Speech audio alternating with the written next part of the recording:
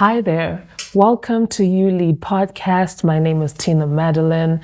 I'm so excited to have you tuning in today. Whether you're listening to us on any of the podcast streaming platforms or you're watching on YouTube, thank you so much for pressing play. Please like, share, subscribe, and comment, and let us know if this information has been helpful to you in your journey of leadership. So, for the past couple of episodes, we've been talking about trust and how it plays out in the leadership relationship. And we've been mostly speaking on the leader side of things. So last episode, we talked about how you can be a leader that people can trust, that your team can trust. We talked about how to build that trust with your team and how to maintain that trust on your part. And today we want to go into another aspect of that in the second and final kind of part in this trust series, if you could call it that. And that is how to trust your team. Trust must go both ways. If it does not, then that relationship becomes manipulative, right? And so here's a thought that I have. We fail to trust God as believers and as leaders when we want to control everything, when we want everything to be under our control. And I think that can also be translated to the context within which we're having this conversation. And we can say that we fail to trust our team when we want to control everything, right? So when you want to be hands-on with everything, when you want to make sure that you just want everything to be under your control, we fail to foster an atmosphere of trust. So, control is the enemy of growth and trust. When you want to grow, you have to learn to trust your followers. You have to learn to trust your fellow leaders, your team, the people that you are leading. You have to learn to trust them. In Proverbs chapter 29, it gives a difference between leaders who are believers and leaders who are not.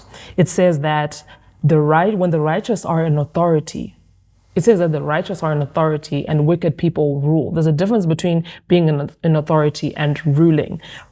The definition of ruling is literally to control. And you do not want to be a controlling leader. I think a synonym of control is micromanagement, right? So think in your own context. Do you like working with someone always over your shoulder?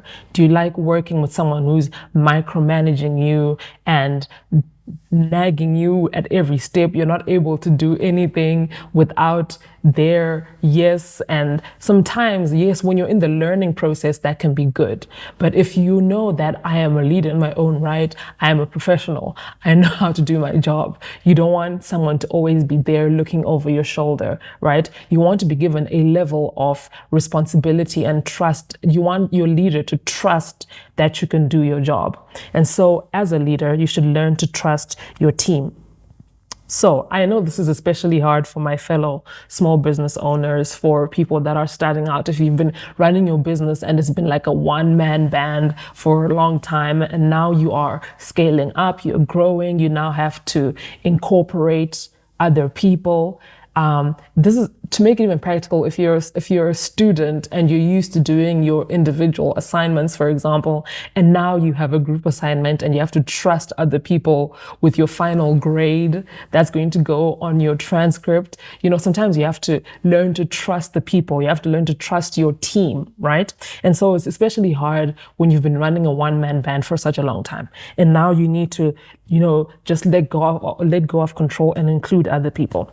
So, for example, this is it's kind of a funny example. So I am a type 4 on the Enneagram. I am an INTP on the Myers-Briggs personality assessment, right? So that means that I'm very intuitive. I'm more of an introvert. So that means that you find me most of the times in the corner, it says INTP based, these are the dreamers, right? So you find me in a corner writing down things. I have so much vision. I have dreams. I have plans. I want to do this, do that. So you find me in a corner by myself reading a book, trying to figure out how to plan. I'm basically a planner, right? So when it came to finally hosting my first leadership summit last year, I was like, this is my baby. And I was a part of every major decision. I was doing everything by myself. And it came to the day, and I hadn't realized that on the day I can't be doing the running around because I'm hosting speakers. I have to be in the room sitting down and have other people doing the running around in the background. And I had to learn to let go of that control. And it wasn't easy. Most of the times I was just on my phone texting people, has this been done? Has this arrived? Have the books arrived? Have the diaries arrived? Has the food ready? I was like texting people, just wanting to know that everything is going according to plan. I wanted to be in control, but that is not what leadership is. I had to learn to trust that the team that I had on the ground was making things happen. And so you need to learn to trust. You need to learn to relinquish control, right? So we get to the second part. How do you trust? This is just a two-step process. Pretty simple, right? And that is, the first one is taking a page out of Nike's playbook, and that is just do it. You just need to do it. You just need to be able to say, okay, I'm going to stop obsessing. I'm going to stop wanting to be over every single detail. And I'm going to trust a certain individual with this process. I'm going to trust a certain individual with this task, with this decision, right? And we get to this part, part that I really, really want to communicate to you. And that is the only way to test the trustworthiness of your team or your fellow leader is to take the risk to trust with minimal guarantee that a positive result is going to come out of it. You just have to take the risk to trust a person, because obviously when it's the first time that you're giving the responsibility to someone else to make a decision, you don't know whether or not they're going to be able to make it come to pass, but you have to do it anyways. So my advice would be start small. Start with small tasks, start with small decisions, right? And something you need to realize is that when you're leading, you're leading people. So you need to know people, right? So that means that sometimes the aspects of leadership can also be applicable to even your personal relationships. So let's say you have a new friend, you're getting to know this person and you want to know if they're a person you can trust. You want to reveal yourselves to them, but you don't know if you reveal your deepest, darkest secrets. You hear them being talked about, you hear them being talked about by the next person because that person leaked information or went and was gossiping about you. And so what do? You start with an inconsequential detail about you that you really don't care if the whole neighborhood knows about it. So you just start with that, just to see the type of person that they are. And then if you see that they're worthy of trust, you can then, divulge bigger pieces of information about yourself, deeper parts of yourself. You can now reveal them to that person because you have tested their trustworthiness. It's the same thing in leadership. Start with a small task, start with a small decision that needs to be made, and see if that person can be trusted to make the right decisions and to fulfill their tasks. So remember, just do it and start small. It's risky, but it's necessary. And then point number 2, let it go. Princess Elsa, just let it go and give it over to someone else. Give it over to your team and be like, team, this is what needs to be done. I'm giving you the responsibility to make these decisions. I'm giving you the responsibility to make these things happen, and just trust them. Craig Rochelle says that if you don't delegate decisions, you will not develop leaders. Right. And we all know that a good leader builds other leaders and not followers. So and there's a difference between giving responsibility in tasks and trusting someone with decisions.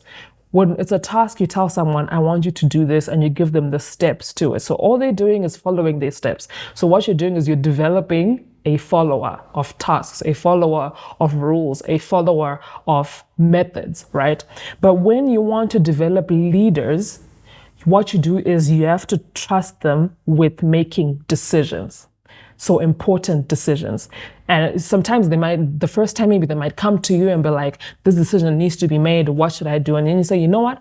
I trust you to make that decision. And when you do that, that person feels trusted. And when they feel trusted, like what we said in the last episode, they'll give you their full commitment, they'll give you their full capabilities, and they'll be able to express their creativity. So even they are able to be stretched and they're able to grow out of that experience of having to make a decision that is going to affect the team, right? Ultimately, as the leader, you take the responsibility if a bad decision is made, but at least they're able to grow through that. And that's what you want. You want your team to grow, right? So that in the event that you have to leave your team, they don't have to feel like, oh my God, what are we going to do? Tina is no longer here. Everything is going to be at a standstill. What you want to do is you want to build a machine that can keep on running even when you are not in the room. Not that when you leave to go on holiday to take a 2-week break, the business just halts and nothing is happening because you are not there. That is not what you want. What you want is to be able to teach your team to make decisions so that they become leaders and not just followers. Great leaders grow leaders. When people feel trusted, they'll give you 110%. And so this is the conclusion of the Trust series on ULEAD podcast. So what did we talk about today? Today, you have to learn to trust your team. You have to know that control is the enemy of growth. It is the enemy of trust. You need to relinquish control. And how do you do that? You just do it. You trust people, start small, and then you move on to greater decisions. Small decisions, great decisions. And through that, you not only develop yourself, you're also developing your team. But thank you so much for tuning in. Email us if you have any suggestions or topics that you want us to explore. We have some questions that we could even answer on this podcast. If you have any questions pertaining to a leadership journey and you want those answered, you can do that as well, either in the comment section, you can DM us, you can send us an email. Thank you so much for tuning in. This has been ULEAD Podcast, and I am your host, Tina Madeline. Bye.